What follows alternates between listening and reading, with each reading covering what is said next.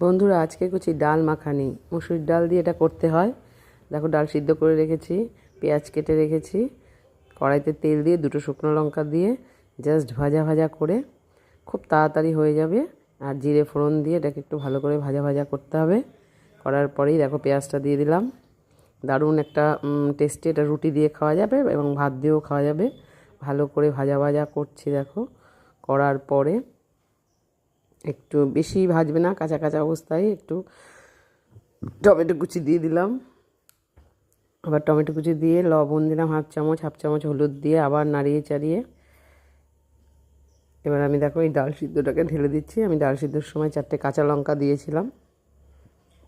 এবার এটাকে ভালো করে একটু নাড়িয়ে চাড়িয়ে হালকা একটু চিনি দেবে, খুব কম। এবার দেখো ফুটে উঠেছে, কি সুন্দরভাবে ডালটাও গলে গেছে। এরকম ডালটা ঘন ঘন হয়ে